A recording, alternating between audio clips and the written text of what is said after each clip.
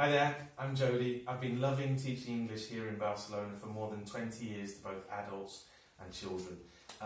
Cabin fever is the feeling of being angry, frustrated or bored because you've been inside for too long, a house, a flat or obviously a cabin. For children especially, this often means they're virtually bouncing off the walls, especially if they don't have a terrace or a garden like some of my students.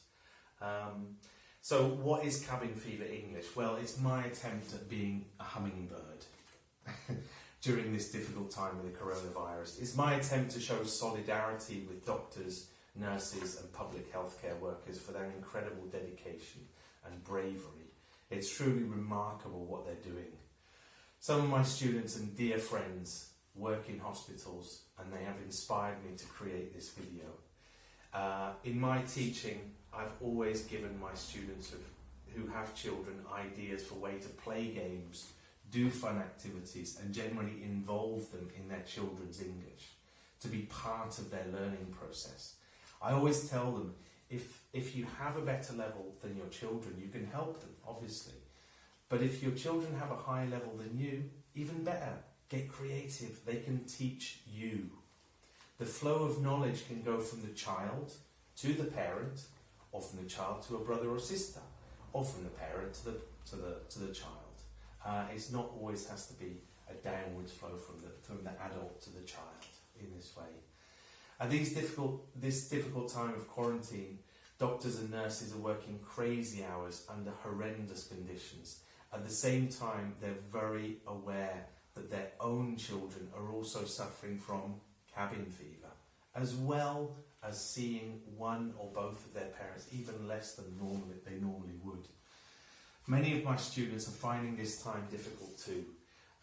They and their children have cabin fever, and I'm providing them with simple ideas and games so their kids can continue learning English in a fun and dynamic way with their carers, their grandparents, their families.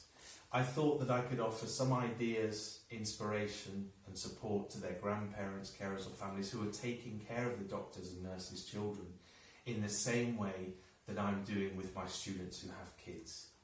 Just half an hour per day dedicated to something completely different like this, like playing around with English and having fun, could be helpful for the children, but it could also be good for the carers, the people taking care of the children. I've played these games for many years and children love the fun, dynamic way of playing with English. I don't have experience doing online English classes with children, but what I can do is I can offer some simple, fun, dynamic games to get children moving, using English and interacting with real people in real ways and not with just a phone or a tablet or a laptop. Like the proverb about giving a person a fish and they will eat for a day, I know it's a bit of a cliche, versus teaching them how to fish and they will never go hungry. If I can provide the carers, the grandparents, the families, the friends, with the necessary tools and support so they can learn how to fish, to play games with the children, then even better. The kids would probably have a real laugh at Grandpa trying to play the game, snaky, snaky on your back, which finger did that? I don't know if you know it. There's a video about it. I'm creating new videos every day for children of all different age groups for 3 years and older. Take a look on the side, or the top, I'm new at this, whichever way it is, or search for the hashtag #CabinFeverEnglish, okay? If any teachers out there or educators or inspired individuals want to contribute by explaining a game and sharing it on social media, I've created the hashtag #CabinFeverEnglish. Any help would be super welcome. Let's get together and get creative.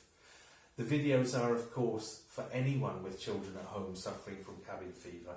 However, if any carers or of doctors and nurses' children would like to contact me, I would be delighted to offer you some of my time via a phone or video call to answer any questions you have about games you can play with the children. Please don't send this video to any doctors or nurses that you know. I know for a fact from my friend that they're super saturated with work, but do send it to their family members or a relevant person you think might find it interesting and have the time to watch the 5-minute video or 6-minute. Thank you for your time and for sharing this video with any relevant people you think might find it useful. Stay safe and don't be like Wangari. Keep positive. Nunca negativo. Take care. And their English and your English is awesome. Bye.